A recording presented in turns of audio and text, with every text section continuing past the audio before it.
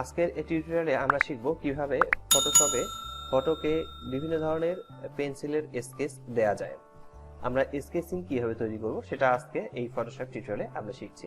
তো চলুন প্রথমে আমরা এই ছবিটিকে কপি করে নিই। কপি করে নেওয়ার জন্য কিবোর্ড থেকে কন্ট্রোল চেপে ধরে যে চাপ দিতে হবে, কন্ট্রোল যে চাপ দিলে এই ছবিটি একটি কপি হয়ে যাবে। তো আমরা এখান থেকে কন্ট্রোল চেপে ধরে যে চাপ দেওয়ার পর এখানে যে কপি হয়ে গেছে, কপি হয়ে যাওয়ার পর আমরা অ্যাডজাস্টমেন্ট লেয়ারে ক্লিক করব। অ্যাডজাস্টমেন্ট লেয়ারে ক্লিক করার পর এখান থেকে হিউ এন্ড স্যাচুরেশন অপশনে ক্লিক করতে হবে। এখানে ক্লিক করে আমরা স্যাচুরেশন অপশনটিকে এখান থেকে আমরা -100 এ ক্লিক করে রাখবো এবং আমরা এই অ্যাডজাস্ট লেয়ার থেকে ক্লিক করে রেখে নরমাল এ ক্লিক করব। এবার এখান থেকে কালার ডক্সে ক্লিক করে নিচ্ছি। কালার ডক্সে ক্লিক করে দেওয়ার পর আমরা কন্ট্রোল চেপে ধরে আই চাপ দিয়ে দিব। কন্ট্রোল চেপে ধরে আমরা আই চাপ দিলে এই ছবিটি পুরোটাই হোয়াইট হয়ে যাবে।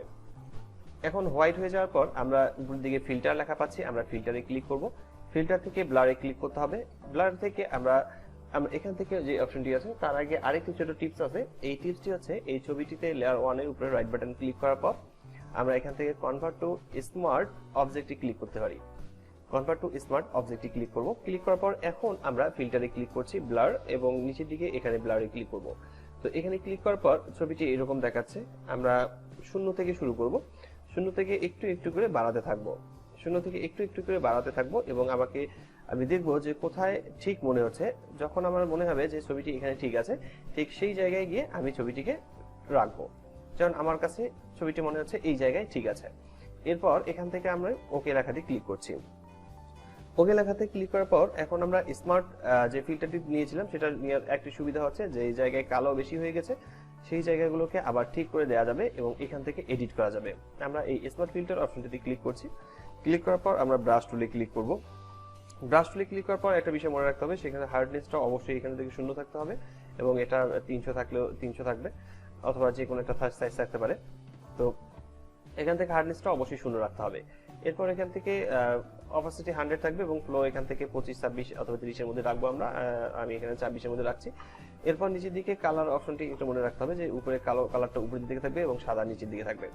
এখন যদি আমরা উপরের দিকে থেকে এই দিকে যেই জায়গাগুলোতে কালো অনেক বেশি হয়ে গেছে সেই জায়গাগুলোকে আমরা এখান থেকে ক্লিক করে করে ঠিক করে নিতে পারবো। যে জায়গাতে কালো বেশি মনে হচ্ছে সেই জায়গাগুলোতে আমরা এখান থেকে ঠিক করে নিতে পারছি। তো এটা কাজ করে নেওয়ার পর এখন যে কাজটি করতে হবে সেটি হচ্ছে কিবোর্ড থেকে, যেমন আমরা এটাকে আমরা একটা স্ন্যাপশট নেব।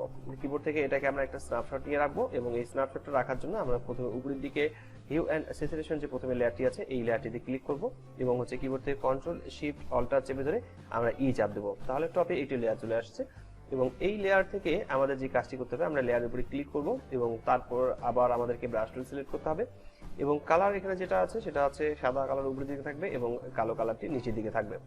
তো এখান থেকে ফ্লো অবশ্যই কম থাকবে আর এখান থেকে হার্ডনেসটাকে একটু আমরা বাড়িয়ে নেব। আমরা অল্প একটু বাড়িয়ে নিচ্ছি। তো এরপর আমরা যে কাজটি করব ছবিটাকে একটু জুম করে নিই। জুম করে নেওয়ার পর এখান থেকে সাইটের এই যে অপশনগুলো রয়েছে, সাইটের যে দাগগুলো রয়েছে এগুলোকে আমরা এখান থেকে ইরেজ করে নেব।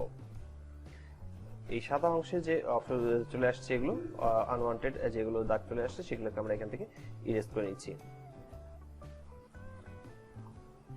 একটু সময় নেব, একটু ধীরে ধীরে এখানে আমরা এগুলোকে ইরেজ করে নেব। তো এটাকে ইরেজ হয়ে গেছে। এটাকে ইরেজ করে নেওয়ার পর এখন আমরা যে কাজটি করব সেটি হচ্ছে আমরা ছবিটিকে যে কাজটি করব সেটা হচ্ছে নিচের দিকে আবার অ্যাডজাস্টমেন্ট লেয়ারে ক্লিক করব। এরপর এখান থেকে লেভেলসে ক্লিক করব।